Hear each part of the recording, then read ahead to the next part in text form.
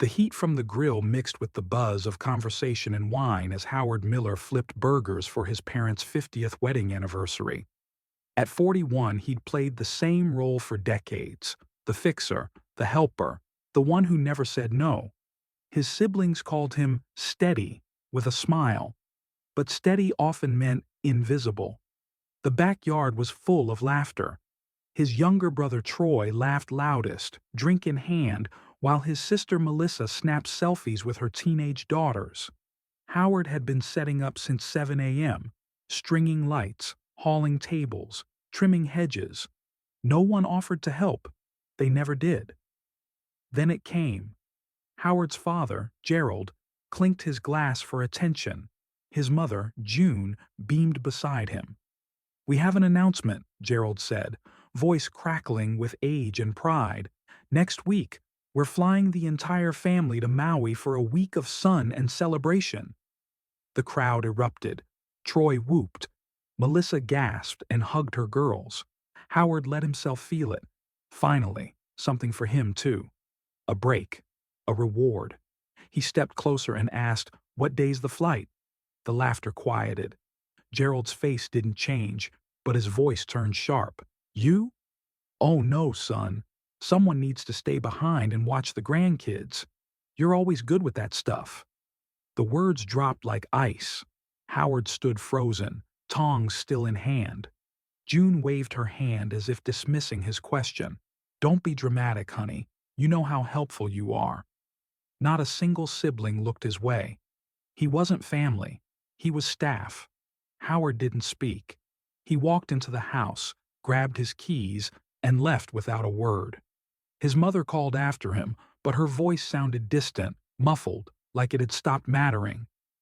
He sat in his truck for over an hour, parked at the curb under the yellow glow of a streetlight.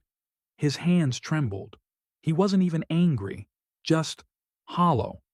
50 years they'd celebrated, and through most of it, he had been the one holding it all together. Repairs, babysitting, financial help. None of it had made him a son worth taking. That night, he didn't sleep. He sat at the kitchen table staring at a faded photo of the whole family taken 10 years earlier. He was in the back row, slightly out of frame, holding Melissa's toddler. Forgotten then. Forgotten now. But maybe not forever. How many family gatherings must you show up for before someone asks if you want to be there? What do you become when the people who raised you only see your usefulness, but never you? And how long should one man carry a family that won't carry him back? Howard didn't pack in a hurry. He wasn't running. He was reclaiming. By the time the sun rose, a single duffel bag sat by the door of his small, one-bedroom rental on the edge of town. Inside were a few shirts, work jeans, his old steel-toed boots, and a leather-bound notebook his late grandfather once gave him, with the words, "For the day you choose you." That day had come.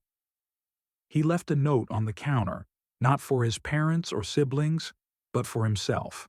You mattered long before they noticed, even if they never do. At 6:15 a.m., he boarded a bus heading east, past the suburbs that shaped him, beyond the city that used him, toward the coast. He hadn't been to Wilmington, North Carolina since he was 22, back when he thought about opening a carpentry shop before life got swallowed by family priorities. It wasn't a glamorous town, but it was quiet. Salty air, old piers, and streets that didn't know his name. The bus rattled as it pulled into the depot. Howard stepped off, stiff-legged from the ride, and walked with no destination in mind, his boots thudding against the old brick sidewalks. Eventually, he found a cheap motel near the marina. The room smelled like bleach and rust, but the view? The ocean winked at him through a cracked window like an old friend. That afternoon, Howard walked until he found a diner with a "Help Wanted" sign. The owner, a wiry woman named Rita, looked him up and down. "Ever cooked for strangers?" "I've cooked for people who didn't appreciate it," he replied. She grinned. "That'll do." The first shift burned his arms and pride. Eggs overcooked, Plates dropped, but no one barked at him. No one reminded him what he owed. They just asked if he could come back the next day. For once, that was enough. Nights were quiet. No calls from family. Just the hum of a box fan, the smell of sea salt, and the ache of muscles used for his own survival. One evening, while walking past the docks, Howard saw a man sanding a wooden rowboat. It reminded him of high school shop class, the last time he built something for himself. The next day, on impulse, he bought a cheap tool set from a second-hand store and rented space in a nearby shed with warped walls and a leaky roof. He didn't care. Using reclaimed driftwood and scraps, he began building again. Not for his parents, not for his siblings. For him, the shape of something real took form beneath his hands. A bench. Not perfect, but honest. Like him. As the bench came together, something else unraveled. A heaviness he hadn't even realized he'd been carrying. He started to sleep deeper, breathe easier, smile at strangers. His phone buzzed occasionally. Voicemails from Troy about how mom's been asking. Texts from Melissa laced with guilt. He ignored them, not out of spite, but because they no longer dictated his movement. He wasn't their anchor anymore. One night, sitting by the shed, calloused hands resting on fresh-cut wood, Howard looked out toward the sea and whispered, "I'm not the spare piece anymore." And in that still moment, with the tide rising in the distance, he finally understood. Letting go isn't the same as walking away. It's choosing to walk toward yourself. Days turned into weeks. Howard's world shrank to 3 places: the diner, the shed, and the quiet walk along the marina at night. There was peace in the routine, pouring coffee for fishermen before dawn, sanding wood in the still heat of the afternoon, listening to the waves slap against the docks after dark. It wasn't exciting. It was his. He hadn't realized how much noise had filled his life before. Guilt, obligation, the constant undercurrent of do more. Now, silence didn't scare him. It healed.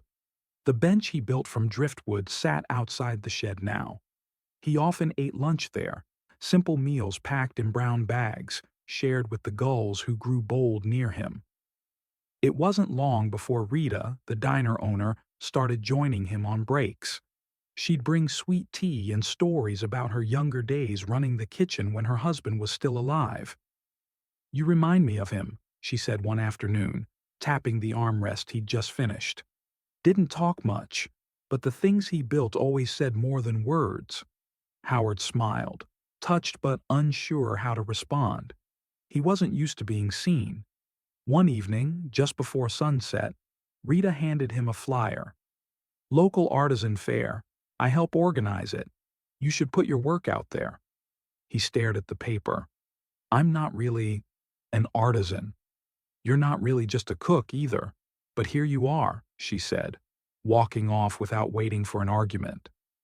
That night, Howard sat on the motel bed staring at the flyer. His hands, still stained with sawdust, rested on his thighs. He thought of the shed, the bench, the small table he'd started last week. Were they good enough? Was he? He didn't sleep much. But the next morning, he signed up. The week leading up to the fair, he poured himself into the work. He added hand-carved details to the table legs, polished the bench until it gleamed, and sketched out a few simple wall shelves. It wasn't about impressing anyone. It was about showing up for himself. On the morning of the fair, he loaded his truck with care. The wind off the ocean was sharp but invigorating. He set up his small booth between a woman selling handmade pottery and a teenage boy who forged knives from scrap metal.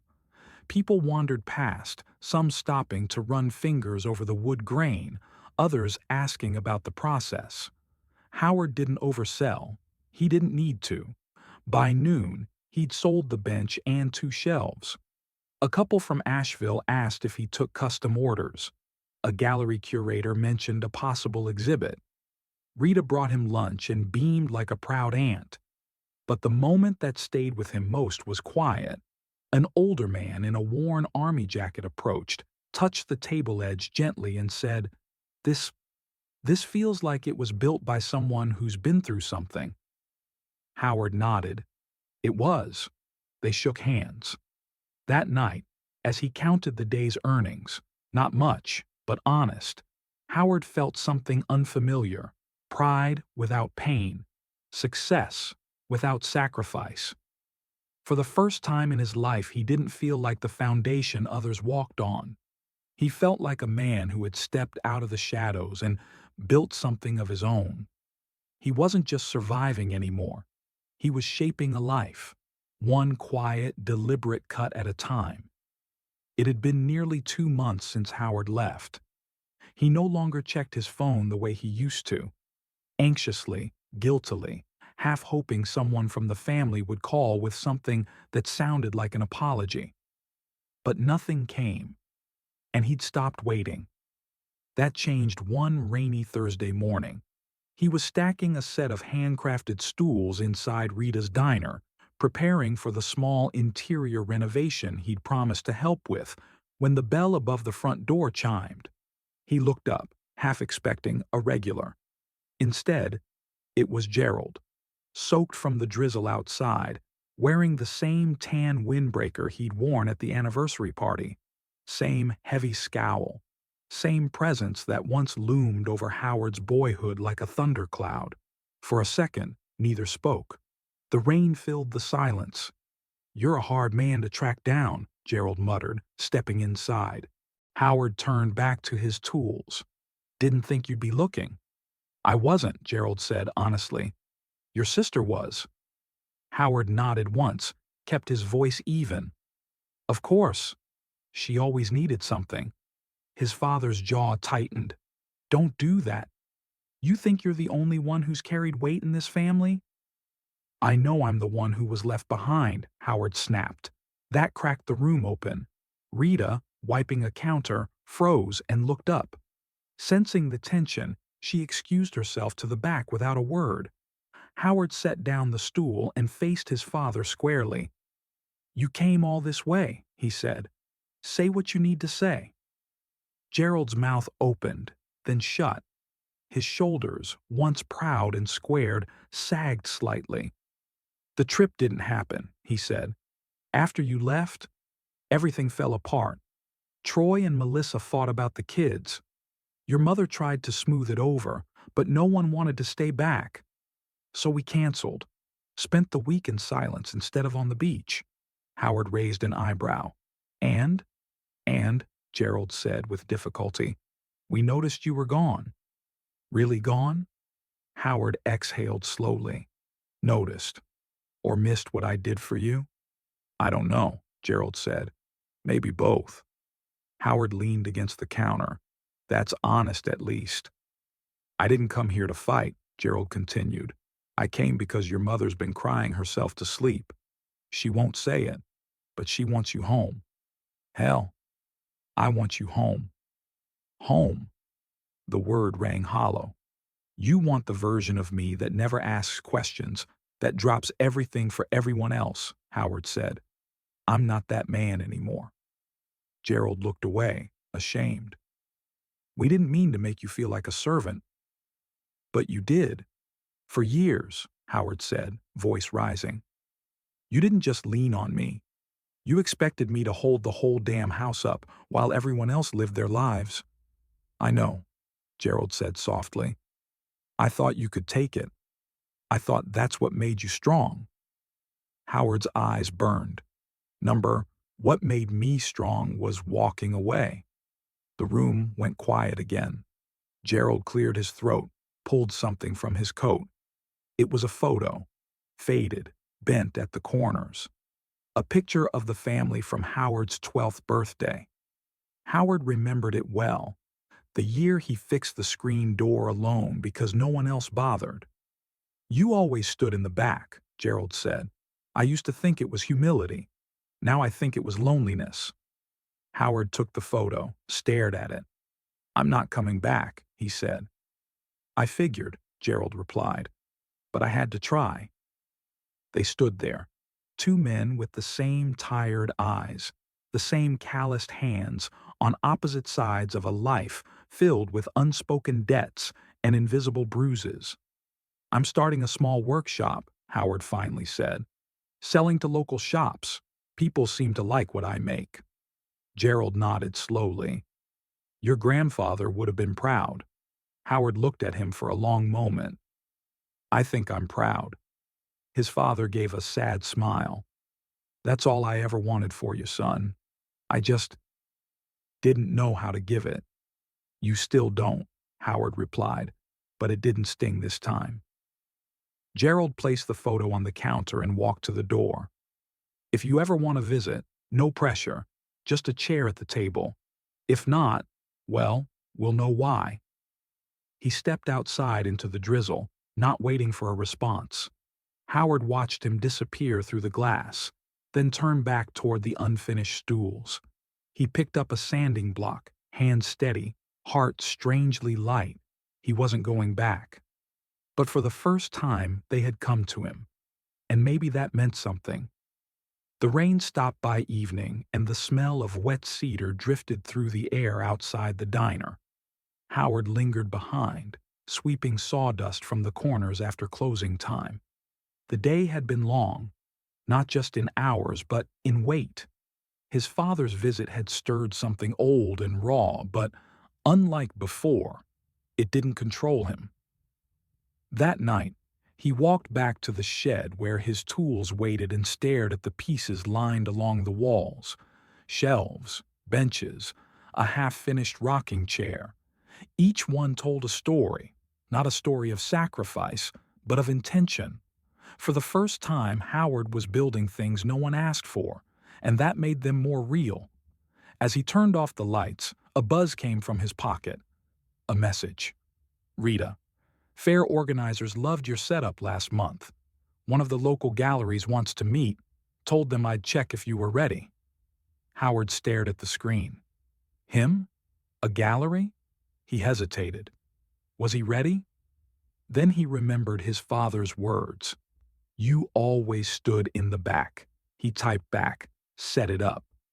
2 weeks later, Howard stood in a small art space tucked inside a renovated warehouse. Clean white walls, polished concrete floors. Natural light poured through high windows as soft jazz hummed through ceiling speakers. Not the kind of place he'd ever imagined himself in. His booth was modest: 3 benches, 2 end tables, and a wall-mounted series of shelves shaped like rolling waves. He'd sanded every surface to satin smoothness, oiled the wood until it gleamed. The sign above his display read, "Miller Craft, Furniture with Soul." A name he came up with the night before, written on a napkin. He wore his only clean collared shirt, sleeves rolled, calloused hands tucked into his pockets. As guests drifted in, couples with wine glasses, college kids with cameras, older locals who knew real wood when they saw it, Howard kept to the side. At first, no one noticed. Then someone stopped. An older woman in a linen coat ran her fingers along a table leg. "Handmade?" she asked. Howard stepped forward. "Every joint, every cut?" She smiled. "It's beautiful. It feels personal." That word struck him. Personal. "Yes, ma'am, it is." From there, more came. A man with thick glasses asked about custom work. A young interior designer took photos for a client. A retired Navy vet asked if Howard could build a patio bench shaped like the back of a ship. By the end of the night, 2 orders were placed. The gallery manager approached and handed Howard a check. "We'd love to feature your work again next month," she said. "It's grounded, honest, like it belongs." Howard nodded, words caught in his throat. Later, Rita found him outside, leaning against a railing as the city lights blinked across the harbor. "Well, look at you," she said. "Didn't think you'd sell 2 pieces, did you?" "I didn't think I'd even show up," he admitted, chuckling. She handed him a small bottle of cheap champagne. Celebration doesn't have to be fancy. It just has to be yours. They clinked bottles. Howard looked back through the glass at his furniture on display. It's funny, he said. For so long, everything I did was behind the scenes, repairs, favors, holding things together. No one ever said thank you. Rita nodded. And now? He exhaled. Now they see it. I see it. The wind picked up, lifting the scent of the sea. He thought of the family photo his dad had left, still folded in his coat pocket. He wasn't bitter anymore. He wasn't broken.